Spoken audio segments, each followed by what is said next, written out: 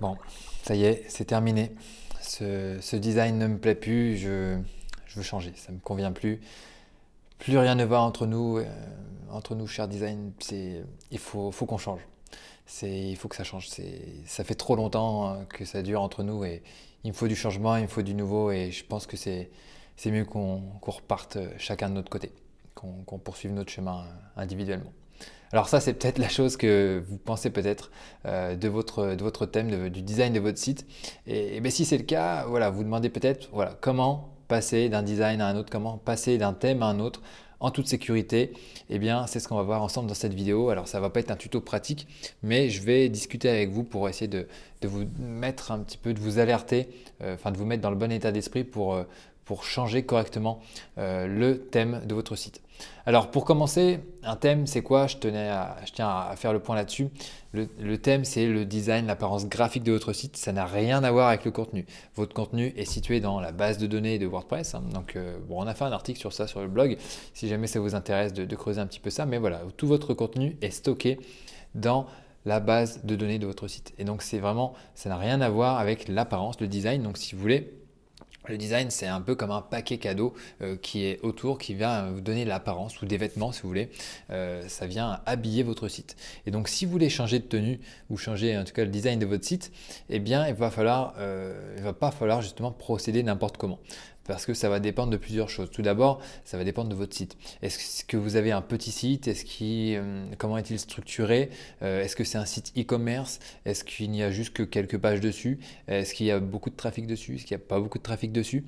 Voilà, en fonction de tout ça, vous n'allez pas forcément pouvoir vous permettre de faire les mêmes choses. Alors on va commencer peut-être par les petits sites.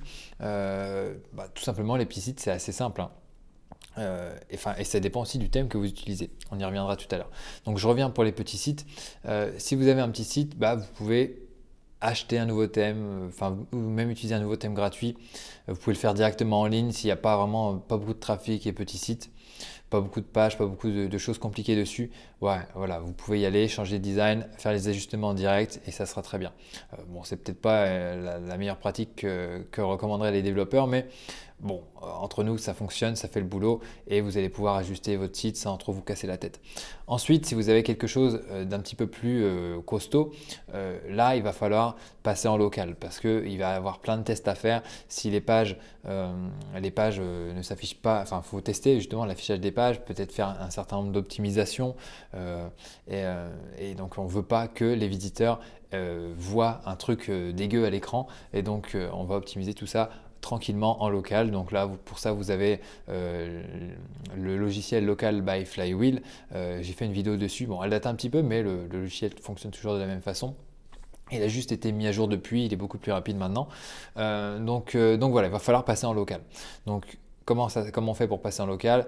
Eh bien, on utilise une extension comme Duplicator par exemple, ou All-in-One Migration, WP Migration, c'est ça, All-in-One WP Migration, qui permet de prendre notre site, tout le package, et de le dupliquer ailleurs, donc en local ou même en ligne, hein, sur un sous-domaine ou un truc comme ça.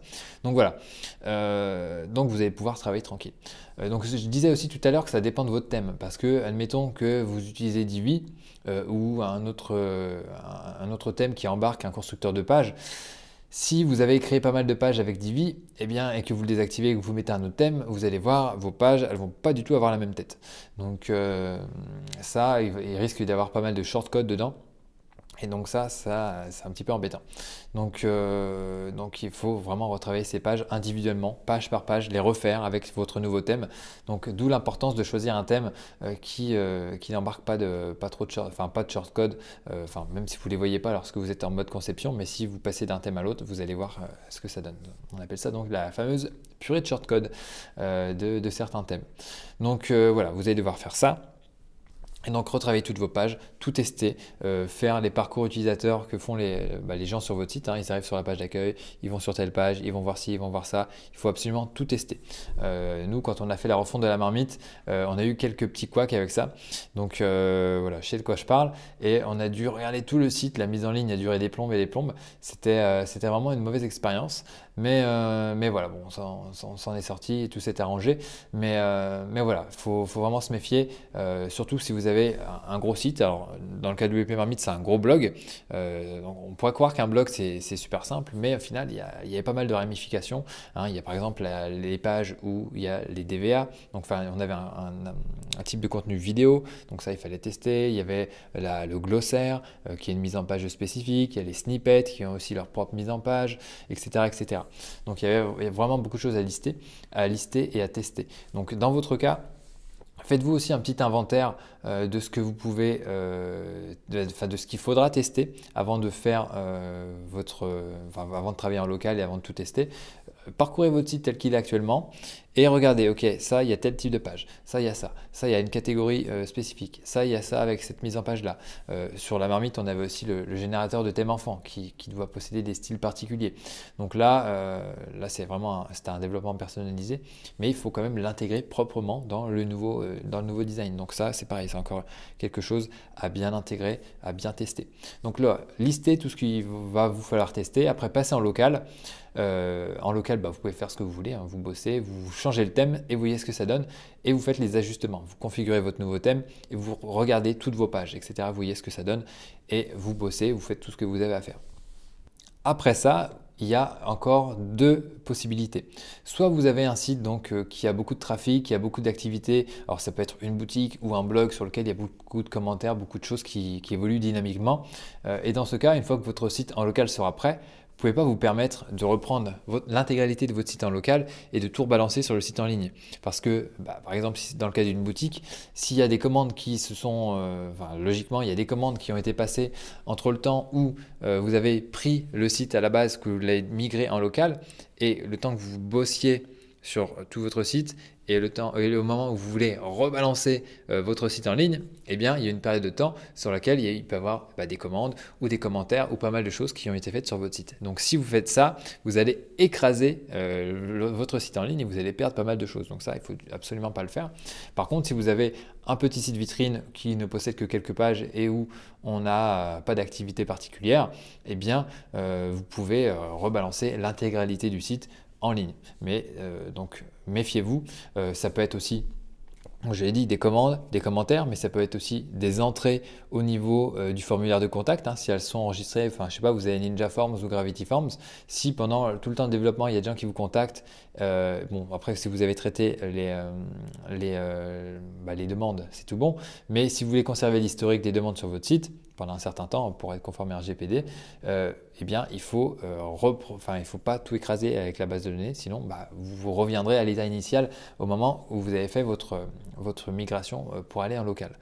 Donc méfiez-vous de ça et surtout lorsque vous refaites la migration du local en ligne, donc là juste avec votre thème ou avec tout le site si c'est un petit site, eh bien pensez à bien passer en mode maintenance. Donc il y a des extensions pour ça.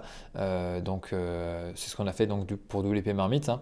On est passé en mode maintenance, on a rebalancé le thème, on a vérifié les trucs, ok, tout va bien, bim bam boum, et hop, on coupe le mode maintenance et tout va bien. Et dans le cas où vous rebalancez tout le site, là vous ne pourrez pas avoir une extension qui fonctionne en maintenance, mais vous pouvez à la limite mettre un petit fichier HTML à la racine du serveur, ça peut aussi aider. Et voilà. Donc je pense que j'ai rien oublié. Donc si je fais un petit récap, avant de commencer déjà, faites-vous une liste de tout ce que vous devez tester une fois que le nouveau site sera prêt. Préparez une extension pour récupérer votre site en local. Faites toutes vos modifs, donc changez de thème, vérifiez vos pages, faites toutes vos vérifications en local. Rebalancez en ligne seulement le thème si c'est un site à fort trafic ou où il y a beaucoup d'événements qui se passent dessus. Bien sûr, mettez-vous en mode maintenance juste avant et mettez le nouveau thème et testez en ligne. Hein, testez bien, faites-vous passer sur votre checklist et voyez si tout fonctionne bien. Et si tout est bon, retirez le mode maintenance et voilà, vos visiteurs pourront découvrir votre nouveau site. Et donc, si c'est un petit site, balancez tout simplement tout le site en ligne et ça sera tout bon. Donc voilà, je pense que j'ai fait le tour. Dites-moi en plus si vous avez d'autres méthodes un petit peu pour mettre à jour votre thème en toute sécurité. Et sur ce, j'ai plus qu'à vous dire de vous abonner à la chaîne YouTube de WP Marmite pour recevoir les futures vidéos. Et la dernière dernière chose que je tenais à vous dire aussi, c'est si jamais vous avez besoin de mettre un petit coup de polish sur votre thème et que votre constructeur de page ou que les fonctionnalités des plugins que vous avez installés ne suffisent pas, eh bien, je vous encourage à jeter un œil à CSS Express, donc, qui va vous enseigner les bases du CSS pour finaliser vos sites, faire en sorte que tout soit nickel avant la mise en ligne. Donc voilà, c'est tout bon pour cette vidéo et je vous dis à très bientôt sur la marmite. Ciao ciao.